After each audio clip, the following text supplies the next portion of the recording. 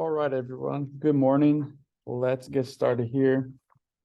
Again, if you are online and if you have good internet to do it, make sure you turn on your cameras. So today we're going to finish the lecture that we started last class to talk about soil electroconductivity.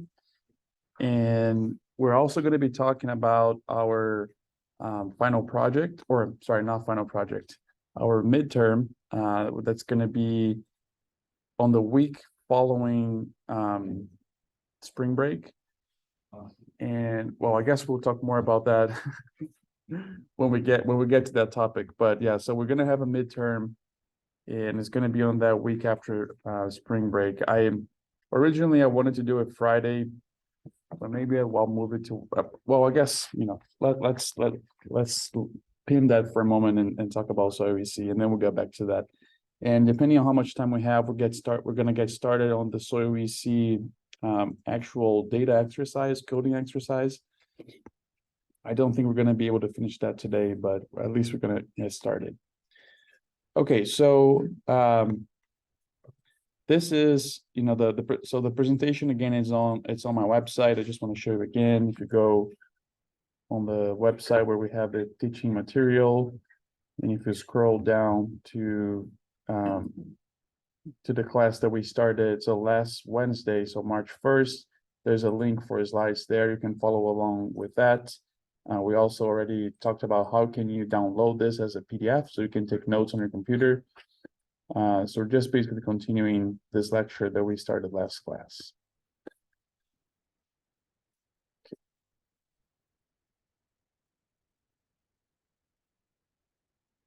So if you remember, we talked about what was soil electroconductivity, why was it developed to begin with, how was it traditionally sampled as far as going to the field, taking a soil sample, bringing it to the lab, extracting the soil solution from that soil, and then measuring electroconductivity of the soil water solution or of the soil water itself, so not on the soil directly. And then we mentioned about how that can be, make things more difficult if you want to do that with a precision ag scale, which is more it's more useful if you can actually measure that in situ for precision ag applications. Why we go and take the coordinates of where you're taking the soil or taking the measurements at. So then we talked about three different methods for taking in situ measurements. One was the first one was the electroresistivity, which is what Varius is, which is most likely what you're going to be running into your careers if you do use this type of data.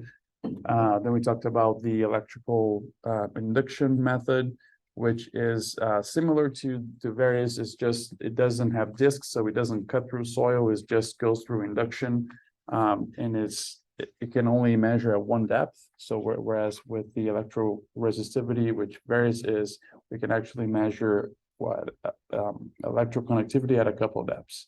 And then finally, we talked about TDR, which is another way to measure it.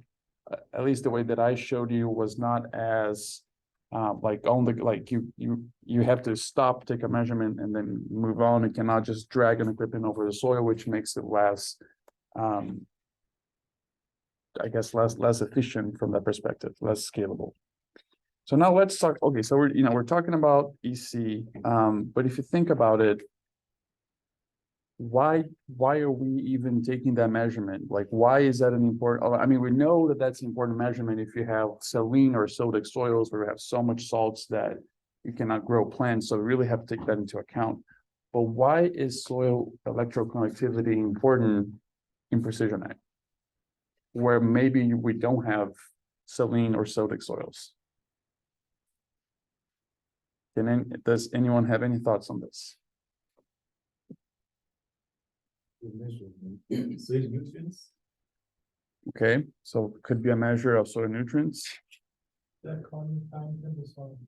Say that again. Check how much ions in the soil. How much ions? Okay, that's all related. Normally, can anyone remember or been exposed to like what is the main thing that people relate to soil EC when talking about various data? I mean, nutrient can be, Water seep, but it's not the most direct one. Yes. seepage of water to calculate the water seepage through the soil layers. Can you repeat that? I didn't get the first part. To measure the water seepage through the layers of water, layers of soils. Okay, so water through the soil, that is also related. Soil type. Soil type. Yes, so I mean, everything that everyone said is correct, right? So soil EC is a proxy for all of that you're saying. However, sorry, go ahead. Yeah, maybe also, to see if it's there, maybe to see how to do the, to draining the salinity from the soil. So that could, so, okay, soil Okay, yeah, electrical, draining the salinity. yes, so everything that you all said are things that are related to soil EC. So nutrients are related, water content is related, and soil type, perhaps, like, we don't measure soil type, but we measure texture, right? And relate texture back to soil type, and texture is also related. So all those things are affecting what the signal that we get from when we run soil electroconductivity measurements. So thanks, everyone. I appreciate that you helped me out with that. So definitely, the first thing is soil salinity, which comes back to salinity basically being ions in the soil, and some of those could be, or most of those are probably plant nutrients, right? So nutrient concentration, if you have a lot of sodium, a lot of potassium, that is what we normally think of soil salinity, but they are nutrients as well, right? So definitely soil salinity. Soil water content is actually a big factor that drives soil electric conductivity. Because if you think of it, if you remember, like, the main paths of soil electric conductivity through the bulk soil, one of them is through the solid phase. So if you have a lot of soils, a lot of solids, a lot of salts in a solid form, they are conducting electricity. However, if you have water on top of that, then you even conduct even more, right? Because water helps you with that current. So soil water content definitely impacts electric conductivity. And then finally, soil texture, right? So what happens is, if you think of it, like, I don't know everyone's background in soil science, but if you can just think of it, different soil textures, if you think of like a sandy soil that has very few charges to hold on to nutrients, it's just going to have less nutrients and also less charges to conduct electricity through. Whereas if you think of a clay soil that has is a very fine soil, so it has larger active area or larger surface area, just has more charges and thus more nutrients as well to conduct the electricity. So soil texture is a big driver as well of soil EC. And this is the main one that we use in precision ag, that we use soil EC in precision ag for, is relating how much of a current is being conducted through the soil and trying to relate that to soil texture, because soil texture is one of the main soil properties that drive yield potential, nutrient availability, water availability, and so on. Other things that also affected, but are perhaps more like on a secondary list, I guess, so they don't have like a major effect, but they also drive it to some extent, is soil temperature, soil organic matter content, soil bulk density, and also porosity. So we're going to be talking more in depth about the three ones that were listed there, as those are the major ones. And one thing that I really want to drive this point home is really, really important, that if you go out and you're going to see the data that we're going to be using in class, that we go out to a field and we take soil electric conductivity, apparent soil electric conductivity data, and we look at that, and then you think, okay, I have this legend here of these values ranging from, I don't know, X to Z, whatever that is for that field. And then I want to compare that to the other field that perhaps I scan on the, different field, different year, different place, right? That is not very comparable, because since soil EC is so dependent on things that are very site specific, right? So soil salinity, water content, soil texture, the values you get from a given field can be really only used to understand that field itself, but it cannot really take those values to compare with other fields because it is affected by so many different variables. Yes. Maybe, so how do you differentiate all those factors based on one single piece? That's a great question, and let's just pin that question to the end of this exercise, this lecture, because I think we're going to answer some of those by then, and then we can come back. So Dennis was asking, if soil EC is affected by so many different things, how can we differentiate the main drivers when we have this data? So that's a question that I hope to help a little bit with as we move through these last slides here. So the first one that we said that affected soil ECA was soil salinity. So I just have a plot here, and I know, you know, this graph here is from a publication that was looking at the effect of different soil salinity levels on soil ECA. And I just want to walk you through a little bit of what's going on this plot here. So ECA is the apparent electroconductivity. So it's the one that you go and take on the soil, right? So we're not measuring the extractant, you're measuring the bulk soil as Varius is doing and as methods that we talked about in situ are doing. And ECE is the electroconductivity of the extractant. So it's like you go to that field, take a soil sample, bring it to the lab, extract the soil solution, and then measure EC on that solution, not under direct soil. So here, and then we have 3 different lines that are just for different soils in this case. So what we're seeing here is that if you think of it, the ECE, so the extractant electroconductivity is really your ground truth, right? That would be the actual salinity level of that soil that you analyze in the lab. Then you're relating to a measure ECA that you took on the field, right? That is not measuring just soil water, is actually measuring water, solids, and the bulk soil signal.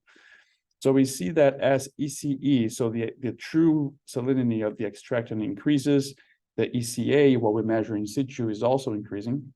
However, that is increasing differently for different soil types, right? So that's what we see here, and that's what I wanted to, one of the points that I wanted to show you that, yes, so soil salinity, ECE, is a major driver of ECA, the in situ apparent electroconductivity that we measured. However, the relationship depends on the site, depends on the field, right? So this is making the point that soil salinity is driving ECA, which makes sense, we would expect that, but that relationship can be different for different soil types. Okay, so the next thing we had in our list was soil water content. So maybe let me ask someone, let me see who's online. Let's see, maybe someone in Tifton. Is that, I see, yeah, I think all 3 guys. So maybe Austin, let me ask you, how do you think that soil water content is related to soil electroconductivity? Like, do you think that as one goes up, the other goes up, as one goes up, the other goes down? What do you think about that relationship? Can you hear me? Yes. I would say there is a correlation there, because it can't, like electricity, isn't it conducted with water? So I can't explain how, but that was just the first thought that came to my mind. Was that has something to do with it? I don't think I've got the full answer, but I think I've started. Yeah, so let me just follow up on that. So let's say as we go from dry to wet, like in a soil water, setup, what do you think that is happening with the signal that we measure as soil electroconductivity? Do you think that is it higher or lower under dry conditions? It'd be lower under dry conditions, I would guess. Right, and I agree. I think that's yeah, you got it. So basically saying that that there is a positive relationship most likely, right? So as water increases, soil electroconductivity also increases. Is it a direct correlation, like completely, or are there any exceptions or anything? Well, I mean, the general trend would be that as soil water content increases, soil electric conductivity increases as well. There's, I mean, the general trend is that there's probably some more specific, depending on given situations. Let's say, probably after you go above a certain water level, if you go from really dry to just moist soil, it increases probably linearly. But if you keep increasing water content, maybe there's not as much of an effect on electric conductivity after a certain water point, soil water point. That's my guess. Yes, But sir. yeah, but I guess just like the overall picture is that as one increases, the other increases as well. Yes, thanks, Alton. All right, so let's check that out right here, right? So we have a plot. This is a different paper, so it looks a little bit different the way they're calling things. But I just wanted to show you here. So on the x-axis, we have soil volumetric content. So on the x-axis is water increasing from the left to right. On the y-axis, we have the bulk soil conductivity. So this would be what we measure with like various or any in situ measurement. And then this paper here is calling the ECA, ECA is calling sigma A, and ECE is calling sigma W. So it's a little bit different, but I just have those meanings on the side here so we can see. But basically what's happening is, as we are increasing water content, right, on the x-axis, we do see an overall increase in the ECE, the ECA that we're measuring. So that in situ measurement, which is here on the y-axis. However, that ends up also being a function of the ECE of the soil. So sigma W here would be how much actual salinity there is in that soil, right? So that's the one that we measure in the lab. So as that increases, we see a different relationship between water content and ECA, which is we measure on in situ. However, the overall idea and picture that I wanted to gather from this is that overall, as we do increase water content, we also increase ECA, so the apparent electrical conductivity of the soil as we measure. And now, okay, so this graph may look or a bit more complicated, but if we just take that understanding that as water increases, the measurement that we get from a Varis, for example, also increases. Why is that important to know?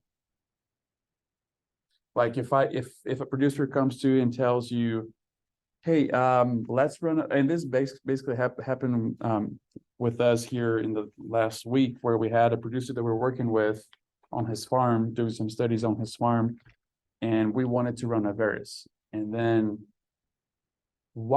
thinking about this, what would be one of the things that you should consider, perhaps ask your grower about his field, taking this into account to make sure you get good readings, good soil ECA readings?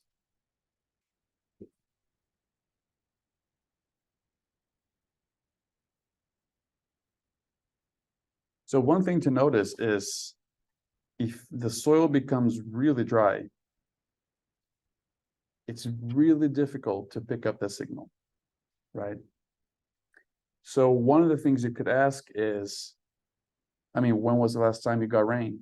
How moist is your soil? Is it really, really dry? Because if that's the case, we're just going to be spending money. We're not going to get any good data after we collect that data and look at it. So how dry has the field been? If for some reason you're taking this measurement and the producer has irrigated the field, perhaps if they have irrigated only part of the field and not the other part of the field, and you go and take measurements across the entire field, that will have an effect, right? Just the fact that half of the field has more water than the other half because they were irrigated, for example, for some reason, that would have an effect on your data. It's not going to be as comparable. Even the same field, but with two different irrigation levels. Another thing that actually happened with this grower that we're working with is he had a cover crop growing. And so he's near Burke County, And yeah, you know, the weather here in Athens has been pretty warm and moist, which cover crops love. And it may be even warmer down in Burke County. So, you know, but his cover crop is really growing, which means that it's taking water, right? It's taking up water from that soil, which is even more complicated. So the cover crop in itself doesn't directly affect the reading, but the fact that it's taking up water may make it even drier than you would have just a bare field. So those, you know, the thing is, on the wet side, it's not as much of a constraint. Like you, of course, you don't want your field to be extremely wet just from the perspective of dragging a tractor or driving a tractor and dragging equipment over it under those wet conditions is worse from that perspective than from the soil we see side. But if it is too dry, it's that, you know, you can still drive a tractor there, but it's not good for data collection quality of soil we see. Boss, if field is like some field has not been properly leveled, it has stagnated water. Mhm. So that part will show you more EC. But in reality, there will be not such differences in EC. So do you have any cleaning for that or not? There's really, I mean, the cleaning you can do on the data side is basically by removing it, right? So there's no way to fix the data. You can always just remove what you think is not right. But so if we think of it here, so for a given, if we think of like each one of these lines here being a different soil type because they have different like actual salinity levels, you see that like after a certain point, even if you increase water content, so maybe let's look at the top one here. So we're increasing water content here from 0.3 to 0.4, but EC is changing very little, right? So after like on the wet side, the soil we see data quality is not as big of an issue. It's more an issue of like drivability of the field. Like, can you really drive a tractor on a wet field? That's the limiting factor. On the dry side, however, is when we have a limiting factor of soil we see data quality. Where if it is too dry, regardless of how much salt you have in that soil, it's going to be very difficult to pick up a signal.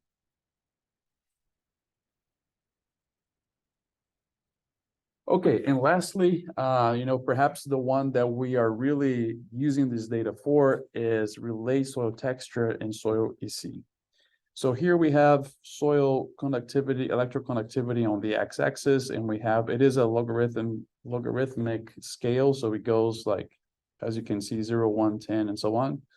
But just so we have some idea here that, as we already talked about, so a clay soil that has, you know, is a finer particle, it has larger surface area, it has more, a larger cation exchange capacity, you know, it holds on to more nutrients, it holds on to more water, has a higher conductivity overall if you compare it to silty soils or sandy soils.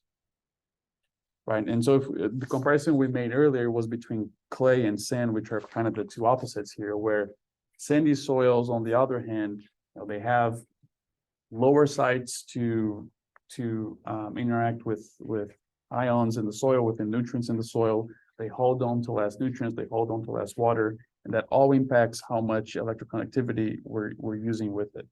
And so, you know, it's really, again, the fact that we really use various or soil ECA measurements to relate to texture most of the time. However, especially in precision ag applications. However, we have to know that other things also affect it. So we can, at least in the back of our minds, when we're planning data collection, we can think of like, okay, I really want to make sure that the field is not extremely dry. And also, you know, that because that signal still if we have a good conditions to collect data, it's still going to be affected by how much nutrients or salts there is in that soil. So that just helps you to think that, you know, perhaps it's not very useful for you to be comparing multiple sites because they will be affected by that site specific condition of nutrients as well. Okay, so why is soil ECA important in precision agriculture? So we already mentioned that the way that we use most of the time is because of its relationship with texture, right?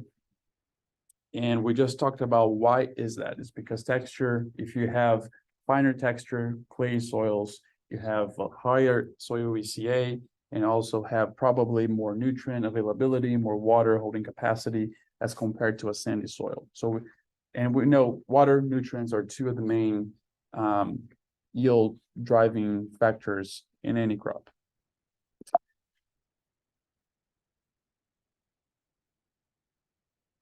And the key thing here is, again, we want to make sure for this to be a good layer for you to use as we're going to use in our exercise, we want to make sure that the signal we're getting is mostly controlled by texture, right? So if you go to a field and again, half of the field has been irrigated a few days before you do the scanning and half has not, we know that soil moisture is going to have an effect on that reading. Thus, texture is not anymore the sole main driver of ECA. That's not a good situation, right? We really want to kind of control for especially moisture and make sure that moisture is as even as possible. So we can make this assumption that soil ECA is being controlled by texture, and then we can use it for precision ag applications. And again, important because texture is correlated with yield limiting factors like water, nutrient availability, and cation exchange capacity. And I just have this example here from another paper. It's not, so it's not a very great example just because the paper didn't provide the legend. So we really don't know what all the colors mean and what is low, what is high. But they give us some indication of what they're trying to say, which I guess for this is enough for us. So on the left, we have a soil electric conductivity map, probably collected with a Varus. On the left, we have a yield map for this field. And what they are making the connection here is that for this field, low electric conductivity is being connected with low yield, and high electric conductivity is being connected with high yield. Right, so this is, for this field, this condition is what holds. I think, let's see, I think we have a quiz. Let me just check my questions. Yes, go ahead. Yeah, I was still thinking about, like, so the clay has a lot of conductivity. Does it mean like the clay is the good soil for planting rather than the silty soil? Or does it mean like the clay will always have more nutrients more than the other soils? I can say, okay, it has more nutrients more than the sand, but what about the silts? So that's a great question. So Dennis is asking me, I mean, I guess in summary, his question was, is a high soil EC related to, if that's related to a soil that has more clay or has more, well, it has a finer texture, is that always a good thing? Is that always the best condition? I want to answer your question after the quiz, because the quiz is asking that. And again, I just want to tell you that for most of the quizzes, it does, I mean, of course, it matters what you answer. I don't want you to just answer whatever, like without thinking about it. What I'm trying to say is, as long as you can answer something that makes sense, that I show me that you thought through this, that's what I'm after. It doesn't have to be specifically the right answer, as long as you can show me that you thought about it in some way. So I have a quiz here for you today, which is, it has 3 questions, and you can answer these and send your answers to my email. I'm going to give you 10 minutes as well. Maybe you're going to need less than that. But here are my questions. Overall, is lower or higher apparent electric conductivity better for crop yield? Why do you think that? You don't have to, doesn't have to be the correct answer. I just want to see how you're thinking. And so show me your thinking. That's what I'm after.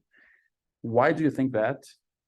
And can you think of and describe a case where it may be the opposite relationship of what you said first? So if you come and answer here that you think that lower ECA is normally better for crop yield, I then wanted to tell me on question 3, a case that you can tell me the opposite, where high is better. Or if you say high is better in the first one, on the third, I wanted to tell me a case where you think lower may be better.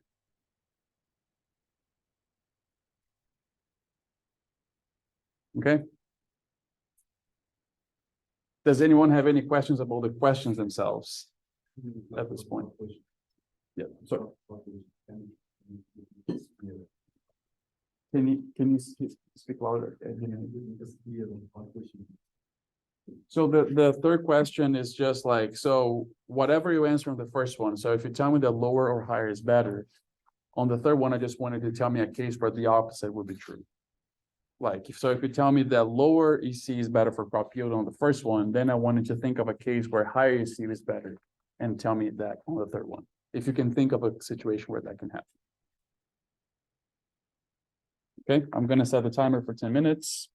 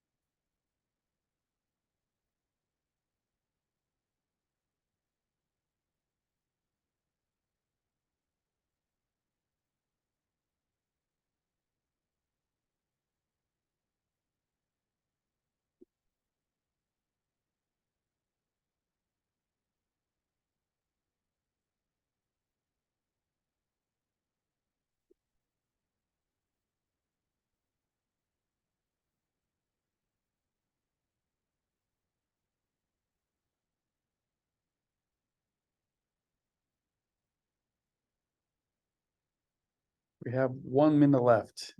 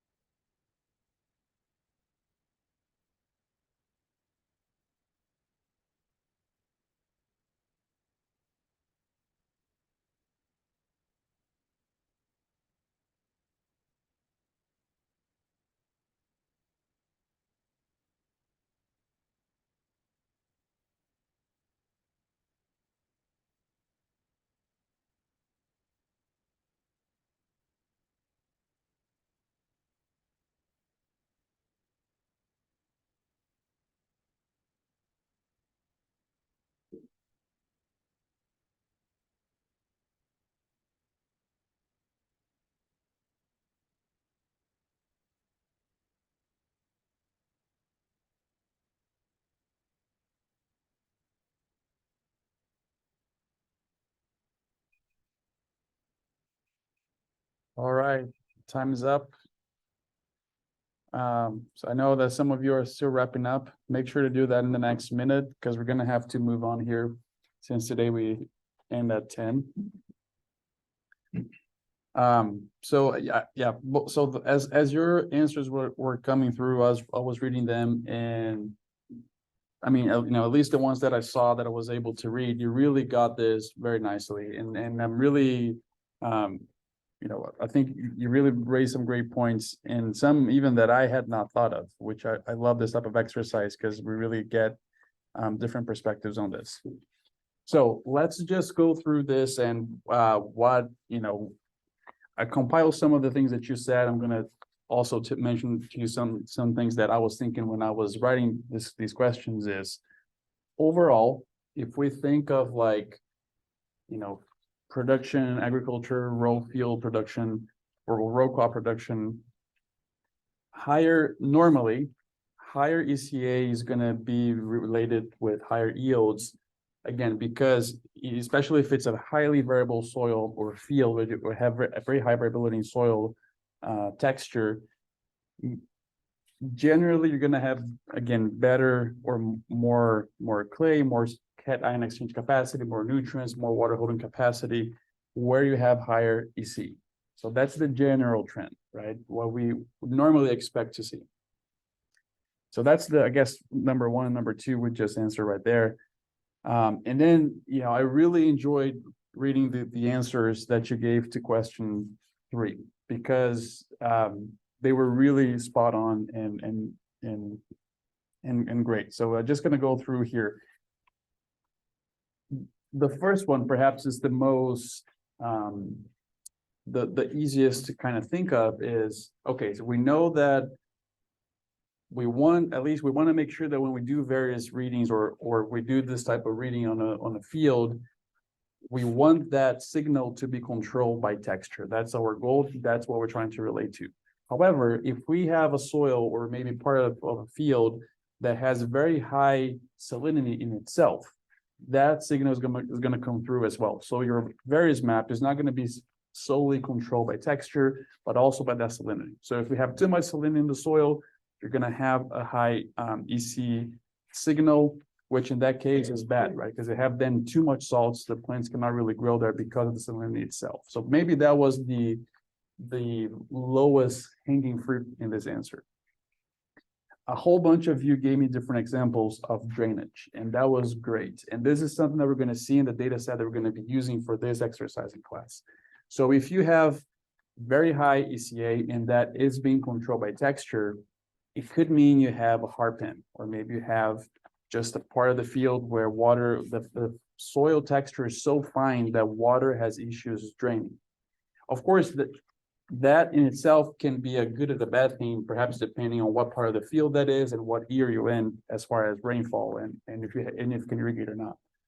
However, if you have too much clay, you could run into issues of drainage. You could have just water being or waterlogged soil conditions, which are also not good for crops. One great example that I have not thought of, and I mean, not thought of for this when I was writing the questions, but it makes perfect sense, is especially in Georgia, there is a reason why peanuts are not grown in this part of the state. And there is a reason why it's grown in South Georgia. And perhaps one of those reasons is because the soil type, right? So we have lighter soils, so coarser texture, sandier soils where peanuts thrive better. Perhaps both from a plant growing perspective, but also from a harvest perspective. If you grow peanuts in a very heavy soil, it's going to be really difficult to harvest that in a way that you don't damage the plant, that you can really pull out the pods out of the soil in a way that you don't lose that. So peanuts grow best in sandier soils, in which would have a lower soil electrical conductivity as compared to a clay soil. So that's also a great example. And one thing that that was also mentioned in the answers is that even for the same field, even for the same crop. So let's say we're talking about corn here in Athens, or I mean, whatever, in Burke County, let's say corn in Burke County. You go to a field and you use your various equipment to have an idea of soil you see of that field, and you relate that to texture. So then let's say you have a part of the field that has high soil electrical conductivity, and using yield data map, you realize that that part of the field sometimes is the highest yielding, sometimes is the lowest yielding. What is happening? Somebody mentioned this in their answer, that is that interaction between texture and yearly weather. So if you have a year that, let's say, is very dry, and you are on, and also, let me just take a step back, yearly weather and topographical position as well.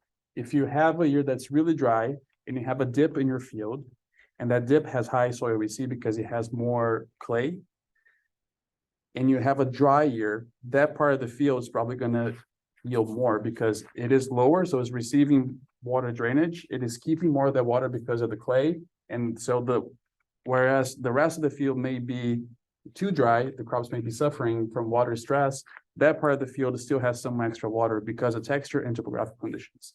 However, on a wet year is the opposite, because now you're in a dip and you have a lot of clay there. So that's high soil VC may be holding on too much to water and maybe waterlogged. So that may be your lowest yielding part of the field. So this was brought up in one of the answers, and I just wanted to, I guess taking a step back and looking at these questions and the answers, is that we can use this in precision ag, and it is a useful layer for us to try to understand some of the drivers of yield. However, it is context dependent. We have to be thinking about both before we collect the data, if the conditions are the best to collect good data, but then when we're interpreting it and trying to think of why are we seeing what we're seeing, right? So it's really a good layer, but we have to be thoughtful about it and not simply assume that high or low soil VC always relate to higher or low yields. So thanks everyone for your questions. I really appreciate it. And this is also your attendance, right? Your quiz is also your attendance. So we don't need to do that today. And we have a couple more minutes here. I do want to quickly tell you about the midterm. Let me pull that up here. Okay, maybe perhaps before I talk about the midterm, I have two other things I want to tell you. So if you look into the grade breakdown for the class, participation, I think, is like 10% of your grade, of your overall grade. That involves both your attendance, right? So being in class is part of participation, but also your active participation, either by asking questions yourself or answering questions when I ask you something. And that both in class and on GitHub. So I really, really, really encourage you that when you have issues with code, try to ask on GitHub, because that is gonna help others to help you, but also you get credit for that on your participation grade. So keep that in mind. If you had not been participating as much, try to engage more, because that will count. It's 10% of your grade. So it is important. Another thing is, as I sent you an email yesterday, I'm almost half through your mini project and I have graded everything else already. So as I start entering grades, if I create a grading item on ELC, it basically already populates it with zeros out of 100.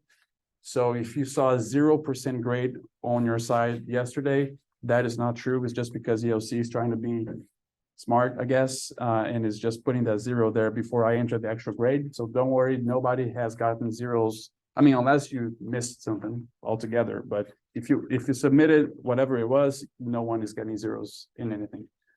And also, okay, the midterm. So this is something, I know that we're already at the hour. If you have to leave, feel free to leave.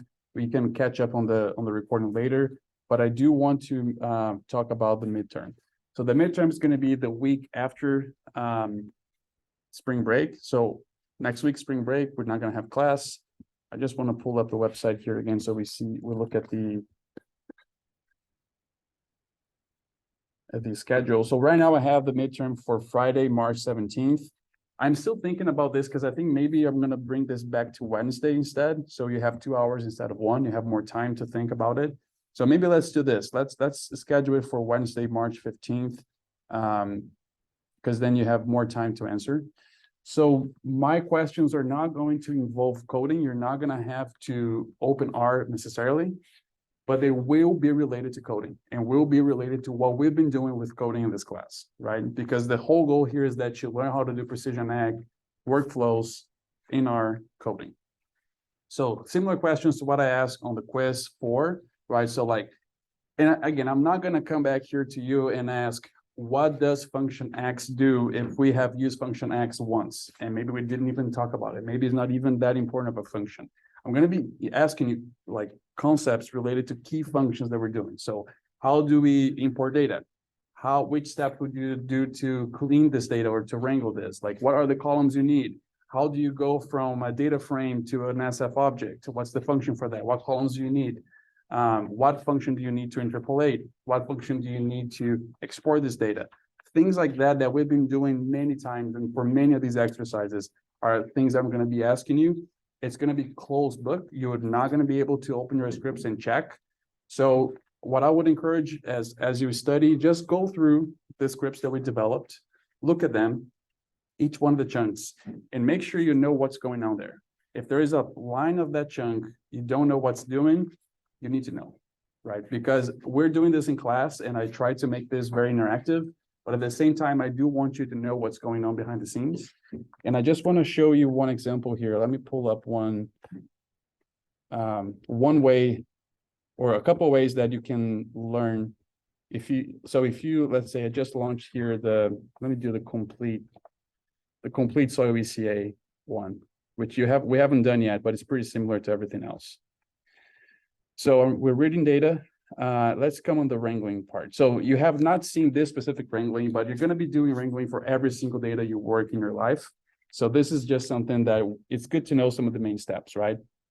So if you come here and you look at this piece of code, even though you have not seen this yet, because this is the one for the EC, you're still seeing a lot of the same things, right? We're cleaning names, we're selecting and also renaming some of the columns, we're transforming that to SF, then we're setting the proper CRS and then transforming that to a projected meter CRS, right? So some of the same things we're doing over and over again, we need to know those, right? So let's say if you come on this, and I just want to troubleshoot something very quickly here. If you come on this code here and you look at it and you don't know what one of these functions is doing, okay? So let's say, oh, I don't know what clean names is doing. How can you know that? One way is to ask for help, right? So you can do help and then function name within parentheses. So you can do help, clean names. It pulls up the documentation. You can read through it. It's going to tell you what it does. It's going to give you some examples. That's one way to know what's doing. Perhaps the fastest way to know what's doing is every time you have a pipe flow or a ggplot flow so pipe flows are with pipes, ggplots are with pluses, right? So don't confuse them. Every time you have a flow of some sort and you want to know what's happening at a given step, you can just go to that. So let's say I want to know what's going on at the clean names level, what clean names is doing.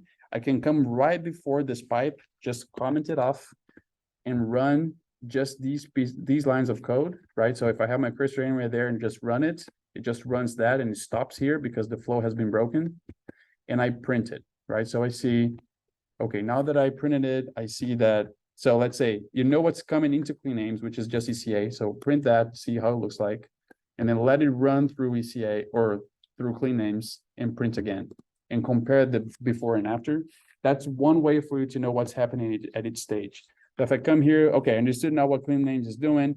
What is this deploy select doing? I can just let the flow go through clean names and stop the flow right before select ends and let it run and then print again and see the output.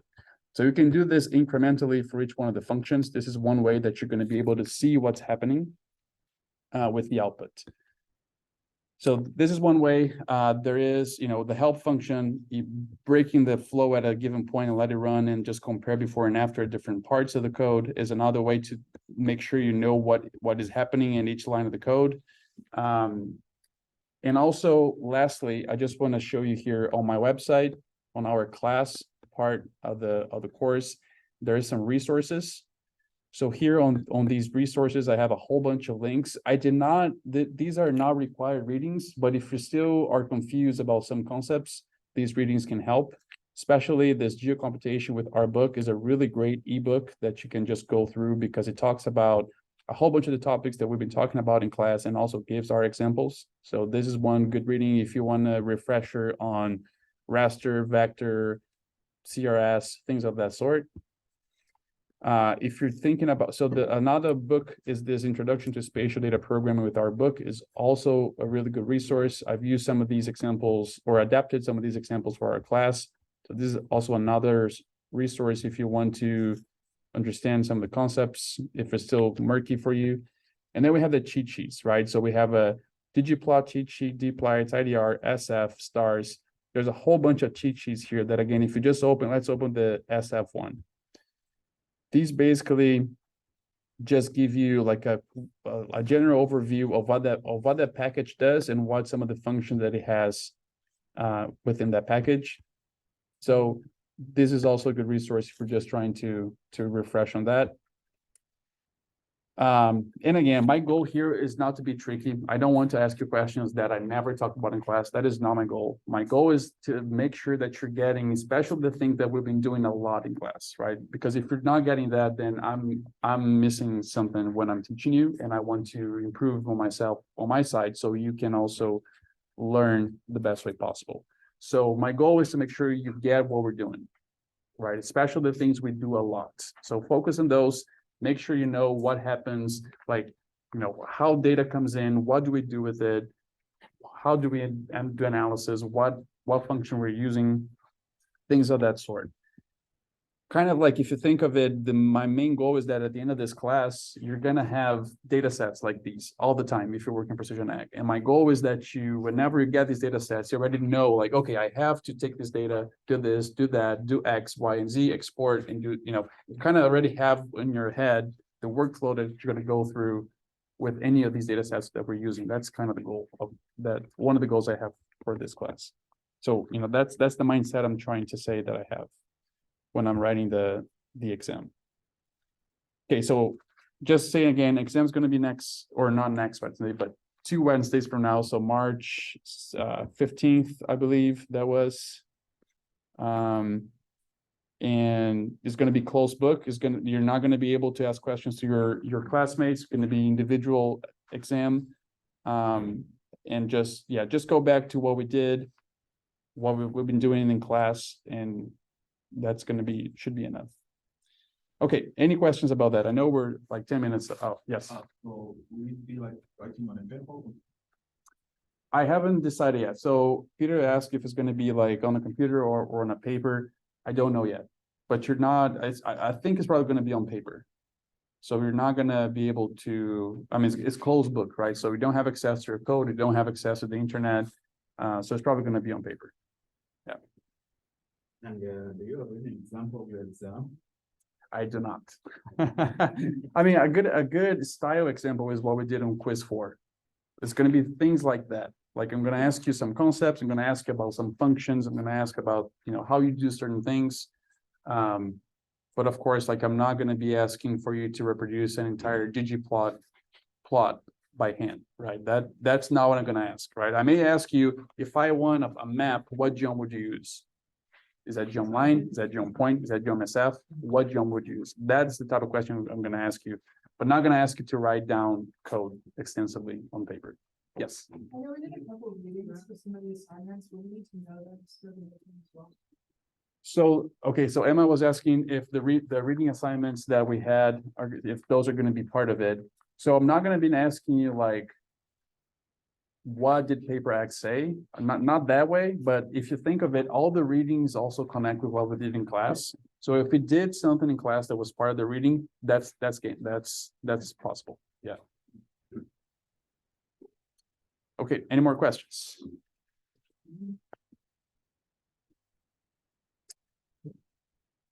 I don't hear anything, so let's wrap up for today. Sorry for, being 10 minutes after, but yeah, if you have any questions, let me know. If you have any issues, let me know. Again, my goal is that you learn and not, that's what we're after here. So if you have any issues, just reach out and we'll figure them out.